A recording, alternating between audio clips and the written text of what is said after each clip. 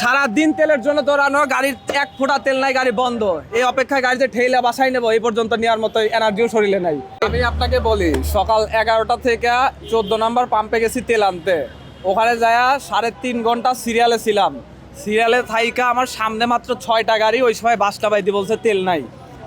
ওইখানে 3.5 ঘন্টা লস করে আইসা এইখানে সিরিয়ালে 2 ঘন্টা। এই যে এইমাত্র যে কাছাকাছি আইসি পাম্পে তেল নেওয়ার জন্য, সারাদিনের কাজ কাম শেষ মাটি। হ্যাঁ, সারাদিনের যে উপার্জন হবে বা কোনো একটা আশা নিয়ে বের হওয়া, দিনটা শেষ। এখন এখানে আবার মাইকেনে বলতেছে অকটেন শর্ট, তেল পাওয়ার সম্ভাবনা খুবই কম।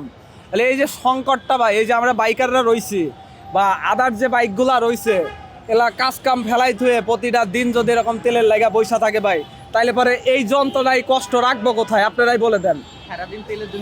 সারাদিন তেলের জন্য দৌড়ানো, গাড়ির এক ফোঁটা তেল নাই, গাড়ি বন্ধ। এই অপেক্ষায় গাড়িতে ঠেলে বাসায় নেবো, এই পর্যন্ত নেওয়ার মতো এনার্জিও শরীরে নাই। কেমনে নিবো ভাই কন?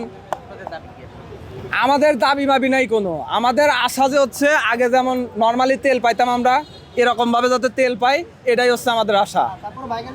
আমাদের মনে করেন যে এই যে 300 টাকা করে তেল দিচ্ছে, এই 300 টাকার তেলে যারা বাইক রাইড করে, এরা কতটুকু সময় গাড়ি চালাইবে? 30 কিলো 32 কিলো মাইলেজ যায় ঢাকা সিটির মধ্যে, জ্যামজটের মধ্যে। তাহলে এরা কতটুকু মানে উপার্জন করবে আর কতটুকু সময় গাড়ি চালাইতে পারবে? বোঝেন, এইখানে ইনকামের মতো তো কোনো অপশন নাই। আগে যেভাবে বাইক রাইডে ইনকাম হইতো, ওইরকম কোনো ইনকামই নাই।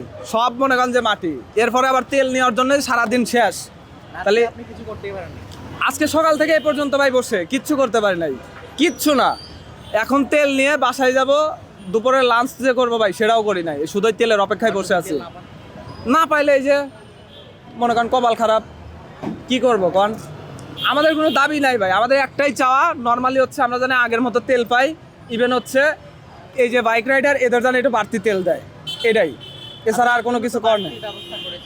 হ্যাঁ ভাই, এটা ওই যে কিছু কিছু হাম পাবলিক আছে যারা হচ্ছে বাইকে তেল লোড নিয়ে বাসায় স্টক করে, ওরা হচ্ছে ওইভাবেই করছে। এই কিছু কিছু মানুষের জন্য বাকি সবের সমস্যা, বুঝতে পারছেন ভাই? কিন্তু বাইক রাইড আমরা যারা করি তারা কখনো এই মানে এই কাজগুলা করি নাই। এই যে দেখেন আমার তেল নাই, আমি তেলের জন্য অপেক্ষায়, বুঝতে পারছেন ভাই? আগের মতো যদি নর্মালি তেল দেয় তাহলে আর এই ঝামেলাগুলো হবে না, আমার যতটুকু দীর্ঘ বিশ্বাস।